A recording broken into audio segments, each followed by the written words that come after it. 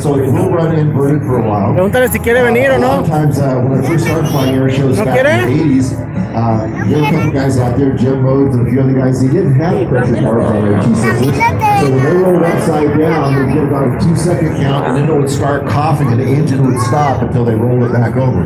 You notice Barry's engine hasn't had that problem because one, he's keeping positive G's on it, and two, he's got the pressure carb, which buys it a little more time when he's in a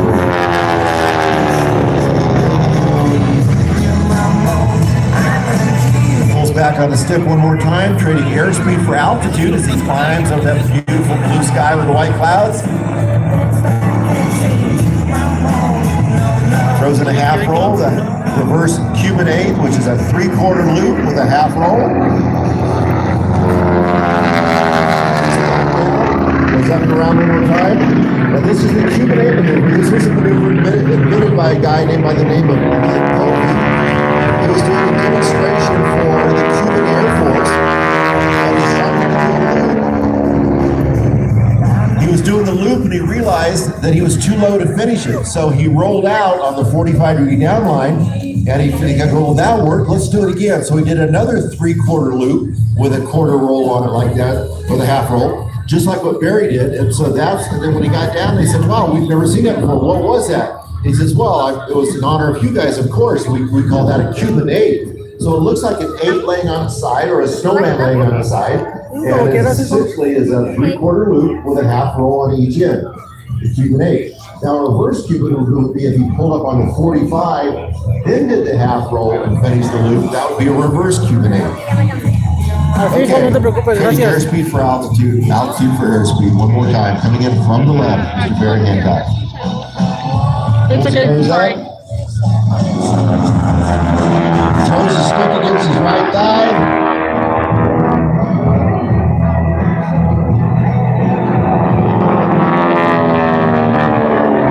Mr. Barry Hancock. Now the T6 was an advanced trainer built at the Dallas factory for North American Aviation. Their main factory was in Inglewood, California, which is now where Los Angeles International Airport is. The T6 has trained more pilots than any other aircraft, or military pilots, I should say, than any other aircraft or military trainer in history. This particular airplane actually was used by the Spanish Air Force, I believe is what it was. I'll try and find that note for me. Yeah, the Spanish Air Force, where it was built over 60 years.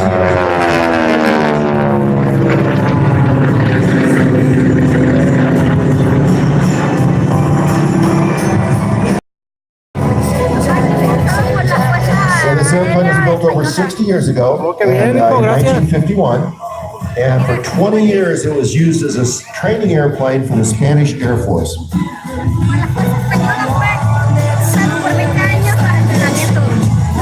They're big, they're heavy, gears narrow. They've always said if you can land a T6, you can land just about any other fighter we had. So our pilots in the Army Air Corps back in the day, they would start out in a PT-13, the Boeing Stearman, the big biplane, that or a Ryan PT-22. From there, they would go to the basic trainers, usually a BT-13 for BT-13, which was similar to a T6, only had fixed gear and a 450 horse engine. If you got through primary training and basic training without scuffing a wing or scaring the instructor, you ended up in advanced training flying one of these T6 Texans.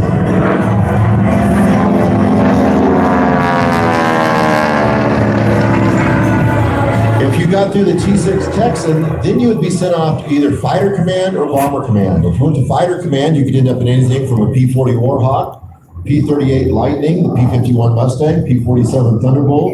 There was just a variety of fighters you could end up flying. You know, P-39 Air Cobra. If you went to Bomber Command, you would usually